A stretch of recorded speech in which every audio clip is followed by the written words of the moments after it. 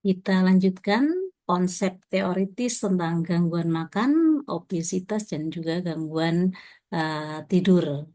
Yang pertama tentang gangguan makan, ya.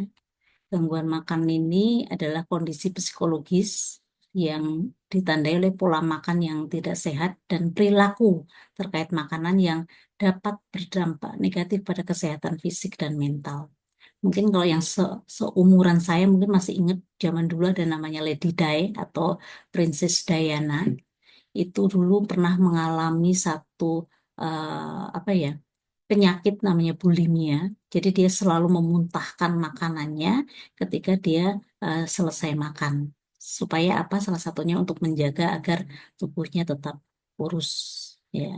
Dan saya yakin masih ada juga banyak yang beberapa model dan juga orang terkenal yang mengalami hal tersebut.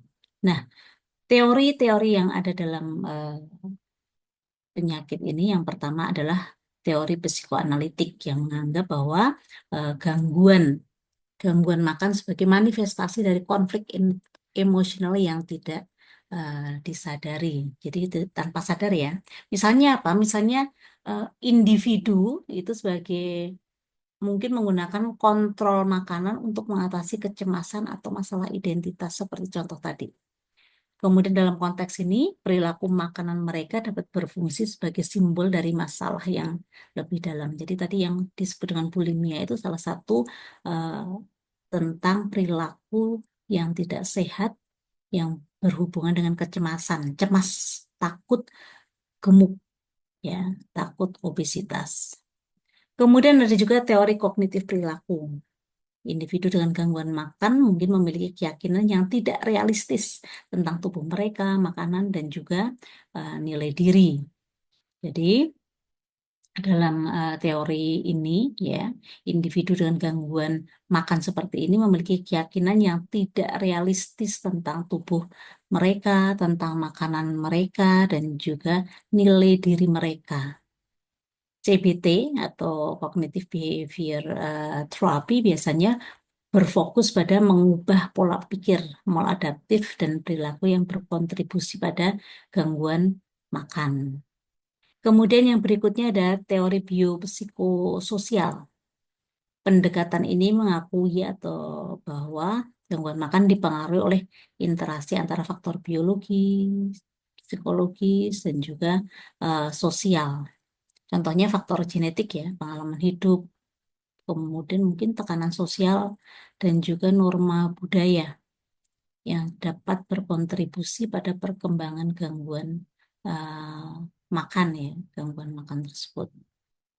Jadi kita harus memahami individu itu dalam konteks lingkungan mereka. Mungkin kalau ada satu lingkungan ya, satu wilayah daerah yang makan nasinya dalam jumlah atau porsi yang banyak dibandingkan dengan daerah yang lain. Nah, daerah lain yang lihat mungkin akan kaget ya, tapi bagi mereka itu adalah hal biasa. Mereka mungkin akan lebih banyak nasinya dibandingkan lauknya, berbeda atau berbanding terbalik dengan daerah yang lainnya. Kemudian ada teori sosial budaya, ya. Sebentar, saya klik teori sosial budaya yang menekankan bahwa norma dan nilai budaya itu dapat mempengaruhi persepsi individu tentang tubuh dan makanan. Ya, misalnya apa? Ini tekanan untuk memiliki tubuh ideal yang ramping, mungkin karena pekerjaan atau profesinya, ya. Bisa juga karena eh, sosial dan budaya yang ada di daerah itu. Ada suatu negara yang katanya eh, big is beautiful. Jadi banyak orang gemuk di sana dan gemuk dianggap sebagai suatu hal keindahan. Jadi kalau kita gemuk mungkin pindah ke negara sana kita tetap akan dianggap cantik. Tapi di Indonesia mungkin tidak. Orang yang gemuk itu tidak dianggap cantik. Yang dianggap cantik itu yang kurus, yang tinggi, yang putih, yang rambutnya panjang dan jadi sudah ada satu penilaian sendiri dari masyarakat tentang cantik itu seperti apa. Dan itulah yang kadang-kadang menyebabkan seseorang merasa terganggu dengan hal tersebut. Bahwa persepsi mereka atau tubuh mereka menjadi hal yang tidak wajar atau berlebihan. Ada teori stres dan coping yang berfokus pada bagaimana individu merespon stres dan juga bagaimana mekanisme coping mereka dapat berkontribusi pada gangguan makan. Ya, kemudian jadi ada orang yang katanya ketika stres larinya ke makan. Ketika mereka sedang emosi, mereka larinya ke makan. Jadi kegiatan atau aktivitas makan tadi menjadi suatu hal yang negatif ya, gitu. Berikutnya teori pengalaman emosi. Pendekatan ini berfokus pada hubungan antara pengalaman emosional dan perilaku makan, ya.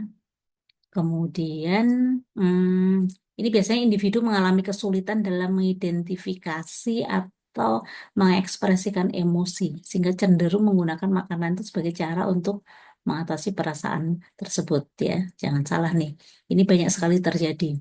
Kemudian ada juga teori perkembangan. Gangguan makan berkembang sebagai hasil dari pengalaman hidup dan juga perkembangan psikologis. Kita lanjut berikutnya adalah tentang gangguan obesitas. Ya, gangguan obesitas adalah kondisi medis yang ditandai oleh akumulasi lemak tubuh yang berlebihan yang dapat berdampak negatif pada kesehatan. Ya, dan ini bisa juga berdampak pada kematian ya. Beberapa waktu yang lalu banyak sekali ada beberapa orang yang mengalami obesitas dan akhirnya meninggal. Salah satunya itu adalah resiko yang paling eh, berat ya ketika seseorang mengalami obesitas. Teori energi. Teori energi ini berfokus pada keseimbangan antara kalori yang masuk dan juga tenaga yang keluar. Ada orang yang makannya banyak tapi cuma rebahan. Ada juga mungkin yang makan banyak karena berolahraga atau pekerjaannya sebagai kuli bangunan gitu. Jadi yang masuk dan yang keluar mungkin balance gitu. Kemudian eh, ada juga teori biopsikososial yang menekankan pentingnya memahami individu dalam konteks lingkungan mereka. Ada faktor genetik, lingkungan, perilaku, dan juga kondisi psikologis. Teori ini menekankan pentingnya memahami individu tadi sesuai dengan lingkungan mereka. Kemudian ada teori lingkungan, ya, peran lingkungan yang mempengaruhi perilaku makan dan aktivitas fisik. Contohnya apa? Salah satunya adalah iklan makanan, ya kan? Iklan makanan itu kan sebenarnya untuk mempengaruhi penonton agar membeli, mencoba, dan memakan atau mengkonsumsi makanan tersebut. Nah, itu yang kadang-kadang mungkin menjadi aktivitas makannya bertambah karena terpengaruh oleh iklan makanan tersebut. Kemudian ada teori psikologis yang ini adalah fokusnya pada faktor psikologis yang dapat berkontribusi pada obesitas. Ya, nah, apa itu? Tadi yang psikologis itu bisa juga dia adalah eh, cemas, depresi, sampai stres, sehingga larinya ke makanan. Kemudian ada teori genetik. Genetik ini biasanya sebelumnya orang tuanya mungkin itu sudah memiliki bobot badan yang obesitas, over, sehingga ketika sampai ke anaknya, kita pun akan mengalami hal yang sama. Meskipun itu juga beberapa gennya mungkin oke lah mempengaruhi metabolisme, nafsu makan dan cara tubuh untuk menyimpan lemak tadi, gitu ya. Kemudian itu juga mungkin yang menyebabkan ada beberapa kok dia makannya banyak tapi tetap kurus atau yang ini makannya nggak banyak, kenapa dia bisa apa tuh gemuk atau obesitas? Salah satunya mungkin tadi karena faktor eh, genetik. Berikutnya ada teori hormonal yang berfokus pada peran hormon dalam pengaturan nafsu makan dan metabolisme. Ini ada ketidakseimbangan hormon dapat berkontribusi pada obesitas. Kemudian ada teori perkembangan yang menekankan obesitas dapat berkembang sebagai hasil dari pengalaman hidup dan juga perkembangan psikologis. Contohnya apa? Contohnya pola makan yang tidak sehat yang dimulai sejak masa kanak-kanak, ya, atau pengalaman trauma yang dapat berkontribusi pada perkembangan obesitas di kemudian hari. Yang terakhir adalah teori kognitif.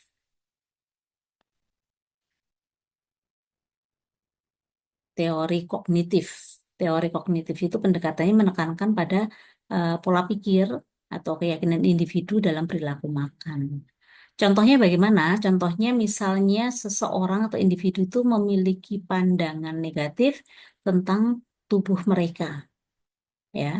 Kemudian yang percaya bahwa mereka itu tidak dapat mengontrol nafsu makan dan mungkin lebih rentan terhadap obesitas. Dan itu sering sekali terjadi pada anak-anak sekolah ya, yang sering melihat mungkin temannya, wah badannya bagaimana dan seterusnya.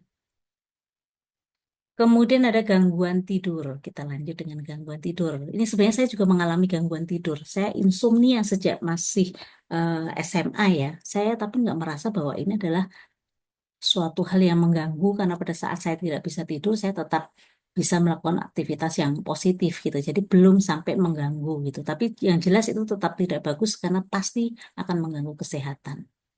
Gangguan tidur itu adalah kondisi yang mempengaruhi kualitas, durasi, dan juga pola tidur seseorang yang dapat berdampak negatif pada kesehatan fisik dan mental. Ada teori biologis, ya, ini ada faktor-faktor yang mempengaruhi tidur, ya. Kemudian ada juga teori kognitif. Teori kognitif ini menekankan peran pola pikir, ya, keyakinan individu dalam kualitas tidur. Contohnya misalnya kita khawatirnya berlebihan tentang tidur, ya, akhirnya kita mengalami gangguan tidur. Atau kadang-kadang orang minum kopi gitu ya, akhirnya tidak tidur. Kemudian ada juga teori psikoanalitik. Teori ini yang menganggap bahwa gangguan tidur itu sebagai manifestasi dari konflik emosional yang tidak disadari. Mimpi, gangguan tidur itu biasanya mencerminkan masalah psikologis yang lebih dalam. Ya. Kemudian tidur yang terganggu dapat juga menjadi cara untuk menghindari atau mengatasi masalah tersebut. Berikutnya adalah teori lingkungan. Ini faktor lingkungan yang mempengaruhi. Contohnya bising, cahaya, suhu mungkin ya. Dan kenyamanan tempat tidur dapat mempengaruhi kualitas tidur. Contohnya misalnya kita pergi ke suatu tempat, di tempat baru kita susah tidur. Kenapa? Karena kita harus adaptasi. Berarti itu adalah faktor lingkungan.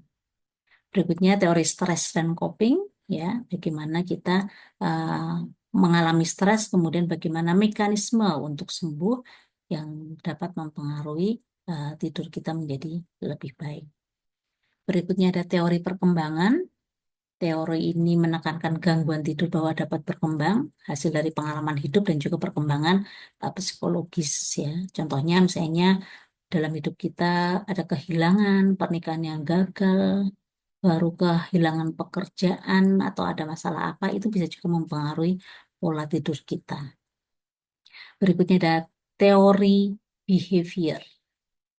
Teori behavior ini pendekatan berfokus pada perilaku yang dapat mempengaruhi tidur. Ya, biasanya juga kita bisa lakukan dengan terapi CBT.